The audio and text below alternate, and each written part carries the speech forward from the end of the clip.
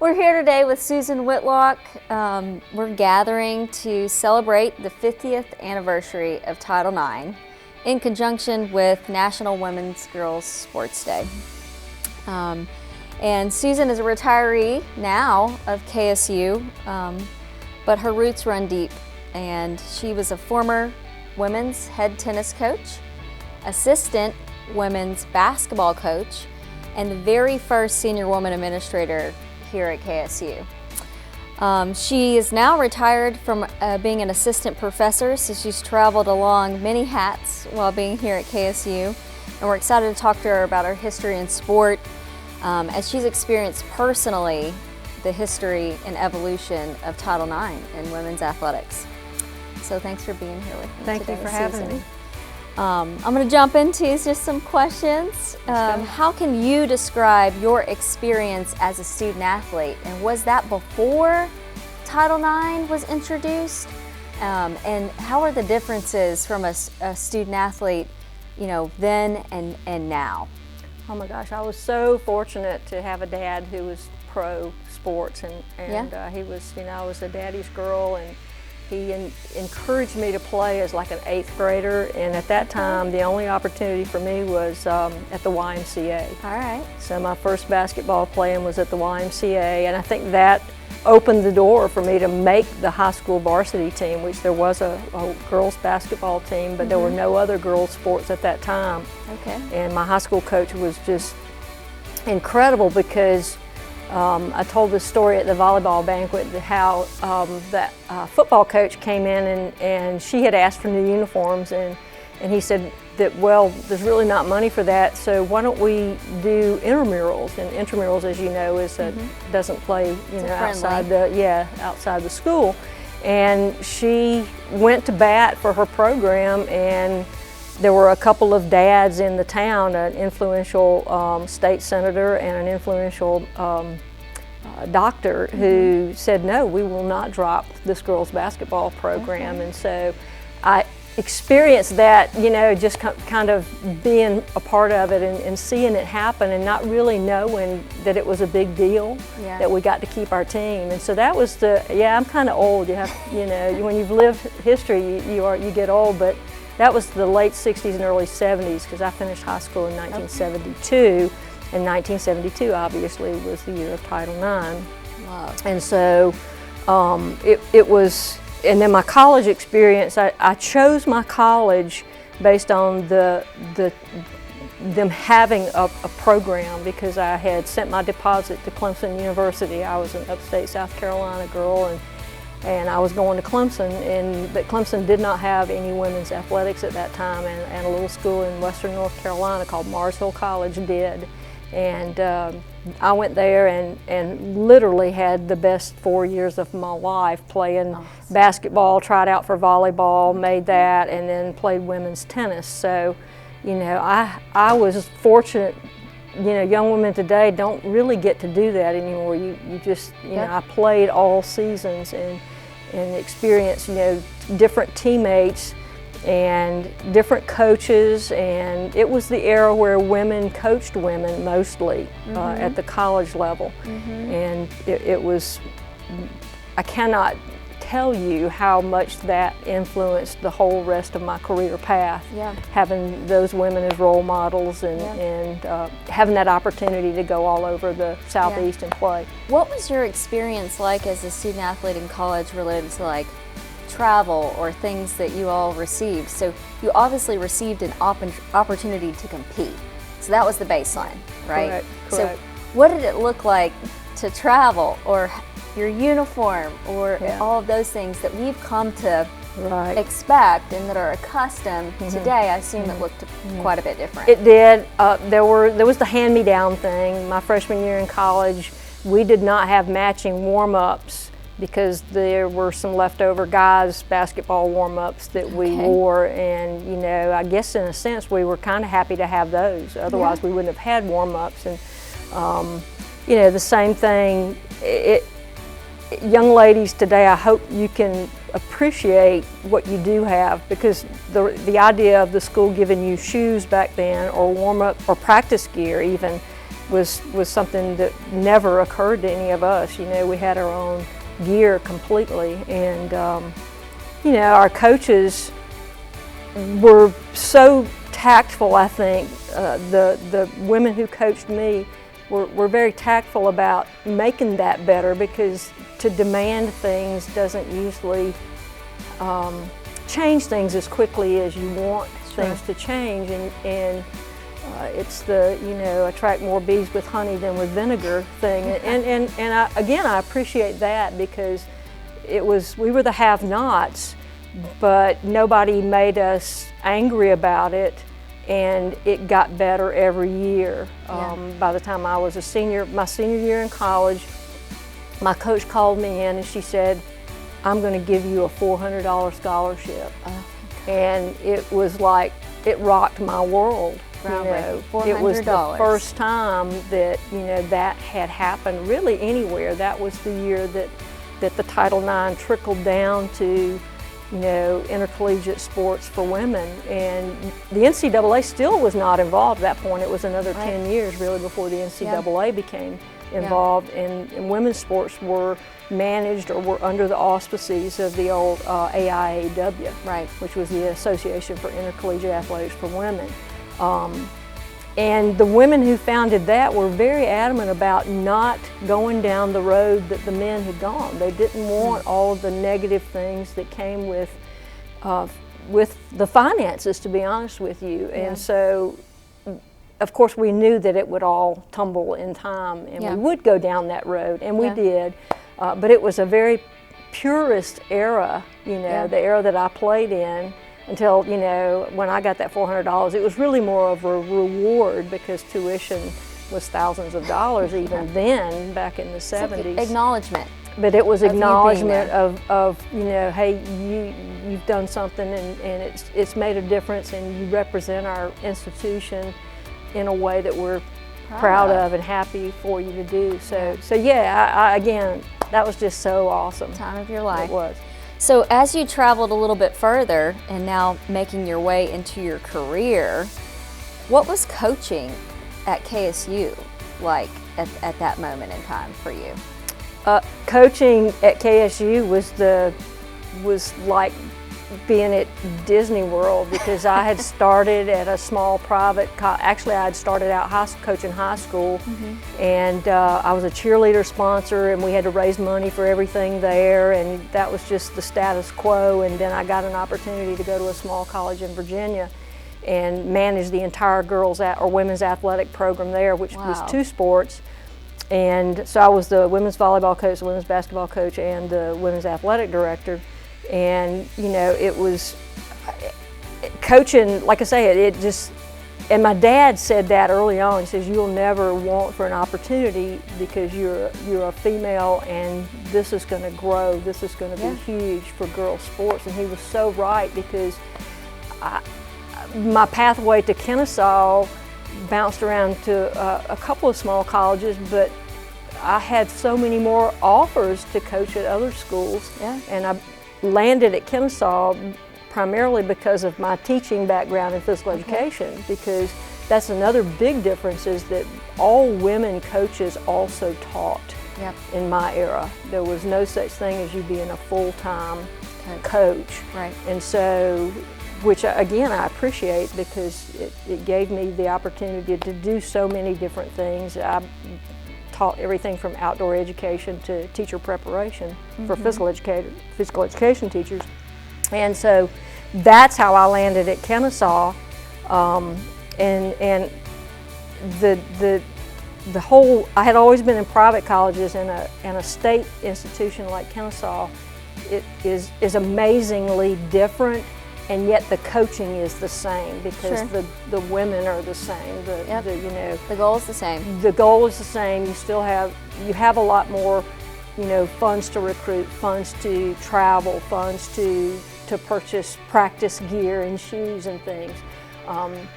So you just bask in that when you've come from not having had so much, and you want to tell people, this is great. This is great. Every day this is great. So Kennesaw was just, you know, an amazing step for me.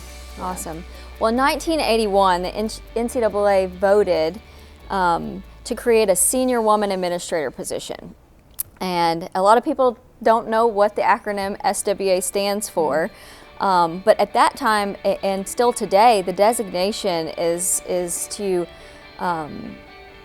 announce the highest ranking female in each athletics department. And that designation was promoted to make sure that we had meaningful representation from women leadership in college sports. And just so turns out you were the very first designated senior woman administrator at KSU. What did it mean to you when we talk about your $400 scholarship and being validated in that way as a student athlete, to be represented or pushed forward by the governing body that once didn't exist, to say, we're going to elevate and pronounce women leadership in college athletics? What did that mean for you here at KSU? You know, the NCAA didn't do the best job of making it clear what it was. The SWA position was for a long time. They just sort of threw it out there and said, y'all have to do this. You have to have this senior woman administrator. And then, you know, after they realized people misinterpreted really what that meant, they came back and said, this is a title, it's not a position. And what that means is that you should have a female in your department who has a position of leadership and is an administrator. And so to say that that person is the senior woman administrator, it accomplished what they intended, but in kind of a roundabout way. You know, they sort of, a lot of athletic directors were slow to get on board because they thought they were being forced to hire women. And in a sense, they were, you know, but again, the idea that you should have already had somebody in your department who was in a leadership and administrative position. Right. And this would simply have said, you know, okay, this person is sort of the overseer of all things that are Title IX related and equity related, and you know, we shouldn't have needed that, but you know, everybody knows that it was the process is so slow that you needed a nudge. It needed a nudge. Well, and I think from my lens as an athlete kind of growing up, maybe in the 90s, I always saw that athletic departments would double a coach as an SWA. Exactly. You know, and we've moved to a place where, especially with Division I institutions, we've gotten away from that. But at this time, you were still coaching. Well, I'm not sure exactly how that transition happened, because when I was coaching tennis, I started the women's tennis, or restarted the women's tennis program in 1992.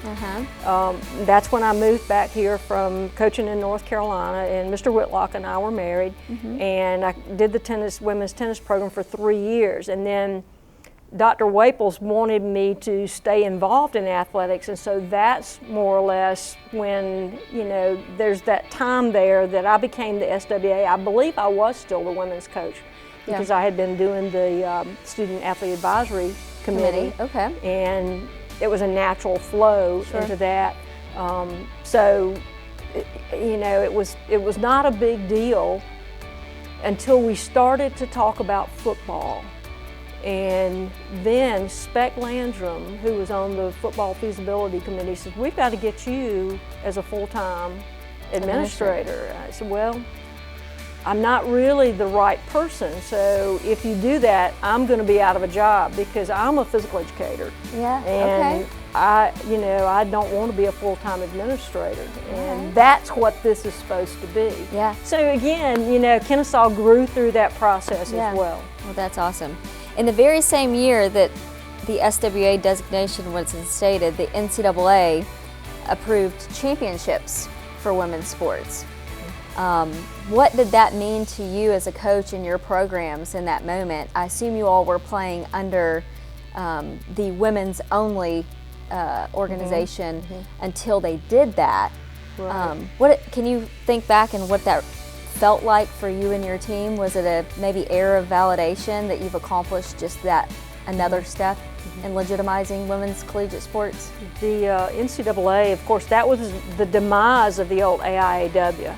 And so in around 1981, when the NCAA started to have championships, everybody knew that the AIAW would pretty much dissolve because the money, there was no question that AIAW could not do for their championships what the NCAA could do for their championships. So it was kind of a, sad and good at the same time. The NCAA is, as everybody knows, is so powerful and has so many resources.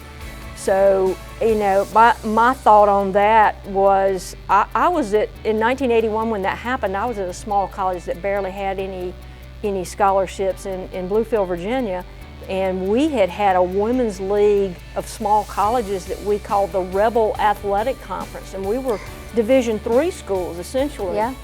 And so, nobody, it was a while before we could figure out what was going to happen, because I think they did not really do all of it at one time. I don't remember how the transition for that went, but it was kind of a sad and glad thing. This is great because there's going to be more money, more teams go, more opportunity, but it's going to be sad because are we going to lose some of this collegiality? Right. Because those people were my friends. Those other coaches, they were far more than just adversaries, on the court. They were my friends. Yeah. Well, I can kind of correlate that now to present day as we're, sifting through what it means to rewrite the NCAA Constitution. Absolutely. And splitting into governed divisions. And, it's happening so slowly, and the unknown is quite scary. And I know we need to do something new and continue to elevate. But what is that going to look like? And what does that mean for mid-major institutions? So I can imagine it felt a little bit in that time, kind of like I'm feeling in present day with what's ahead for the national membership. Right. The social change that we've gone through in our country, and the pressure on the NCAA to be a catalyst for some of that change. Yeah. The rewriting of the Constitution. It shows that we're evolving still. Yeah, well, and I think that at any point if we ever stop growing and elevating, that's when we're doing something wrong.